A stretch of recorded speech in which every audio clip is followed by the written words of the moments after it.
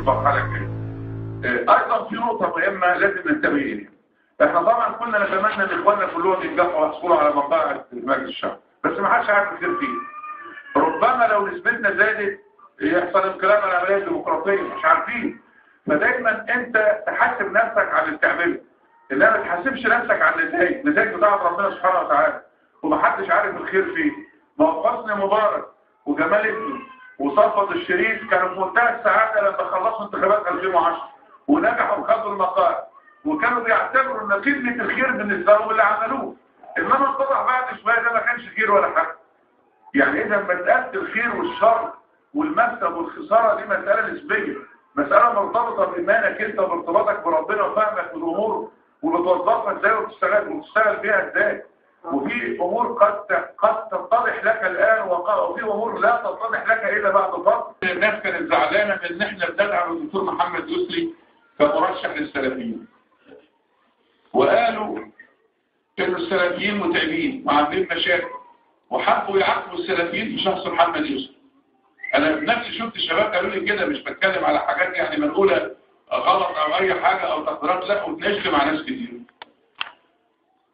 لما طرحت فكره ترشيح الدكتور محمد يسري بغض النظر عن مساله الدائره، ده موضوع تاني، يعني المكان الجغرافيا، ما كانتش مطروحه كنوع من التنسيق مع السلفيين، ولا كانت مطروحه ولا مقترحه على انه احنا السلفيين حلوين فهنرشح واحد منهم او وحشين في من العام.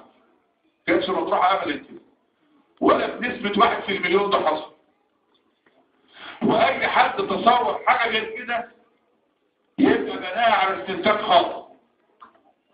وطبعا استنتاجه الخاطئ ده ممكن احنا نبقى مقصرين ان ما وضحناهوش، مفيش مشكله، بس حتى لو ما وضحناش المفروض الاخ ياسر اخوان وما ياخدش قرار مخالف لما قالوا به، لانه جايز يكون هو سبب ترك الجماعه والحزب من خلاله من غير ما يكون فاهم. وده للاسف حصل ولو بشكل جزئي. ليه؟ لانه شغل مخه بطريقه غلط.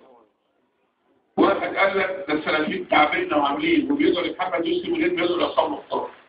وواحد قال لك ما هم قافليننا في الفيوم ومش عارف فين وفين عاملين وضربوا اخرى. طب خلص يا جماعه. ما خلاص يبقى مفيش معنى للجماعه. مفيش معنى لوجود قياده. هو الامام البنا ليه حذر من الرجل الصالح غير المنظم وغير المنضبط؟ عشان كل واحد يتصرف بدماغه. يبقى فضل الجماعه وبركتها دي وجهودها ان هو بيتجمع فيصب في نهر يعمل فعاليه ويعمل تاثير. انما لو كل واحد فينا حسب واستسلم في المواقف اثناء المعركه وبنى تصرفه على تحليل ويبقى خلاص باطل. انا اخطأت باجتهادي او تصرفي حاسبني ما يجراش حاجه، انما ما ينفعش اثناء المعركه نفسها. خلاص كان الكلام ده كله قبل باب الترشيح.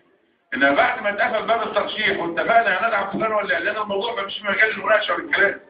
نحاول نشوف هنحل الموضوع ازاي حتى لو كان فيه اخطاء. انما الاقتراح كان بتاع دعم الدكتور محمد، لان الدكتور محمد يسري في تقدير الشخص ومن خلال احتكاك مباشر اكثر من 20 سنه من اعقل السلفيين في مصر واكثرهم مرونه وانفتاح. طب ودي تفرق معانا في ايه يا عم مصطفى؟ تفرق معانا في انه السلفيين هيكونوا موجودين في المسجد، واحنا وجدنا صعوبه كبيره في التنسيق او التعامل او التفاهم معه، بالذات مجموعه اسكندريه. وده كلام ما هوش خايف، كانوا في التحالف فانسحبوا. وحاولنا مره واثنين وثلاثه واربعه وخمسه، ومش سهل ان انا كل ده اعلنه، مش دلوقتي يعني، على الاقل من الاعلام والصحافه خلاص هيقعدوا كل الدنيا يقول لك حرب بين السلفيين والاخوان ويتكلموا ويجيبوا ويسووا.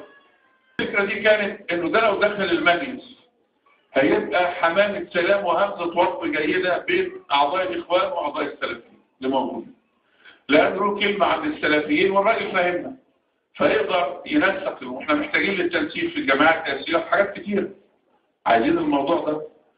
لو كان احنا محاولاتنا معاهم في الشهرين الثلاثه اللي فاتوا كانت سهله وكان التنسيق في الموضوعات كان سهل، ما كناش محتاجين مثل هذا. ولكن الحاجه التي دفعت الى هذا هو صعوبه التنسيق الفعلي والتفاهم الفعلي مع مجموعه اسكندريه، وهي للاسف المجموعه الرئيسيه في حزب النور. احنا ما اخترناش الدكتور محمد ولا اخترنا ترشيحه عشان نقرب من السلفيين بس، وانما لانه هو عالم وهو من الناحية الفكرية واقف في الحدود الفاصلة بين الإخوان والسلفيين، من الناحية الفكرية. والراجل واخد دكتوراه في الهندسة الكيميائية التحليلية وتناول بدرجة واسعة. فكان المقترح، وأنا كنت صاحب اقتراح، ولما قلت صاحب اقتراح مش صاحب قرار، عشان بس بسرعة، لأنه الكلام على ما وصل لبعض الشعب وبعض المناطق قالوا ده المهندس خيرت جابه فرضه على الإخوان. وده للأسف من سوء الظن وسوء التصرف من بعض الناس وطريقة تفكيرهم، ودي حاجة بتقطع قلب الواحد لما يبقى شبابنا وبناتنا بيفكروا بالطريقة دي. كتير من شبابنا وشاباتنا بيتأثروا بما ينشر على الفيسبوك أكثر من ثقتهم في الهيكل بتاع الإخوان أو الحزب، أو من المعلومات اللي ممكن تيجي. حتى لو حصل إن المعلومات ما وصلتش، الأصل عندك يبقى الثقة، مش لأن احنا ناس منزهين عن الخطأ، بالعكس. إنما هي في المعارك الشرسة اللي زي كده ما ينفعش إن كل واحد يقول لا مش عاجبني رأي المسؤولين، خليني بقى أنا بلاش ده، أنا هنتخب ده أو أعمل كذا أو أجيب أو مش عارف الحاجات الكتيرة اللي حصلت واللي اتقالت أحيانا.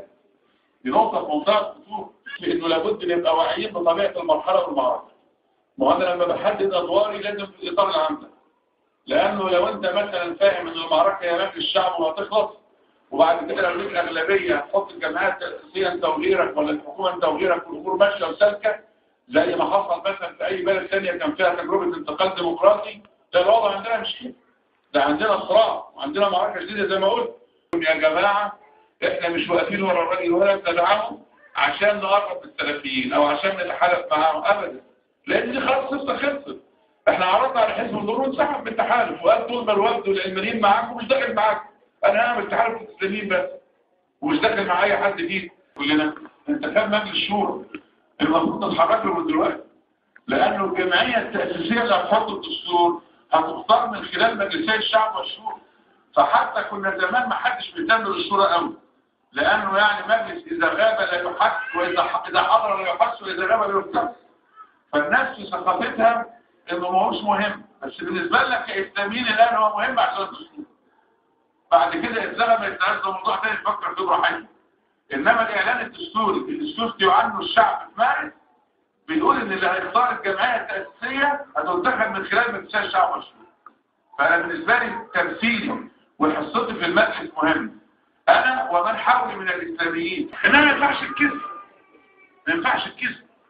واحد بعت لي رسالة على التليفون ويقول إنه من الإخوان، معرفش طبعا ممكن يكون بيكذب برضه كتير، بيقول لي إن إحنا عرفنا إنك أنت قابلت مصطفى النجار في قطر، وقلت له نجاحك هيبقى على جثتنا ومش عارف إيه وإيه وإيه وكلام زي كده، وهنسحقك وكلام، وأنت لازم تعتذر بعدد أفراد الإخوان عن هذه الإساءة. والواقع ما حصلتش أصلا. أنا لا يمكن لا أقول لمصطفى النجار ولا أي شخص هنسحقك ولا ما نسحقكش أصلا، يعني الموضوع مش موجود. إنما إذا كان هو من الإخوان وسمع الكلام ده من حد وصدقه وبنى عليه موقف وقرار وبيطالبني باتخاذ سلوك للموقف ده، فدي مأساة. لازم نعرف نجيب معلوماتنا وأخبارنا منين، ولازم اللي مش مصدر المعلومات والأخبار يسأل مرة واثنين وثلاثة، والشعب أو الأسرة اللي فيها اختلاف يقولوا لنا. أنا عارف إن في طرق إدارة تقليدية في بعض المناطق وفي حتت فيها اختلاف. احنا وجودنا في المساجد ضعيف جدا جدا جدا، يكاد يكون منعدم. وطبعا ده ناتج من 1992 لما مبارك ومجموعته وحبيب العدل واللي قبله واللي بعده ضيقوا على العمل الإسلامي في المساجد والعمل العام بصفة عامة. أصبحنا مش موجودين وغيرنا موجود، ولما أصبحنا مش موجودين ظهر جيل جديد موجود من الإخوان الآن، اللي هو أنا هقول إنه هو من سن 20 ل 40 سنة، ده ما شافش أصلا العمل المسجدي ومبقاش العمل المسجدي جزء من ثقافته. فالموضوع عايز تركيز وعايز ترتيب، يبدأ في حرصنا وإصرارنا على التواجد المكثف في المساجد لأداء الصلوات والفروض وحلقات القرآن وحلقات الذكر والحلقات الدعاء، وترتيب مجموعات كثيرة من الأنشطة داخل المساجد، وبرضه الاهتمام بالتركيز على بعض الدعاء اللي يتحركوا يدي دروس وطول الجمعة، لأنه أنا بتحرك في مساجد مدينة نصر وفي مصر الجديدة وفي مناطق ثانية وجودنا ضعيف بدرجة ملحوظة وواضحة. فالعمل المسجدي مهم جدا جدا جدا لنا، دعويا وتربويا واجتماعيا وسياسيا على كل المحاور. ده نقطة الاضطراب وبوابة الدولية لكل مجالات العمل. فطالما احنا ضعاف فيها فيظل كل مجمل عملنا ضعيف، مهما نجحنا في حاجات تانية فيظل مجمل عملنا ضعيف.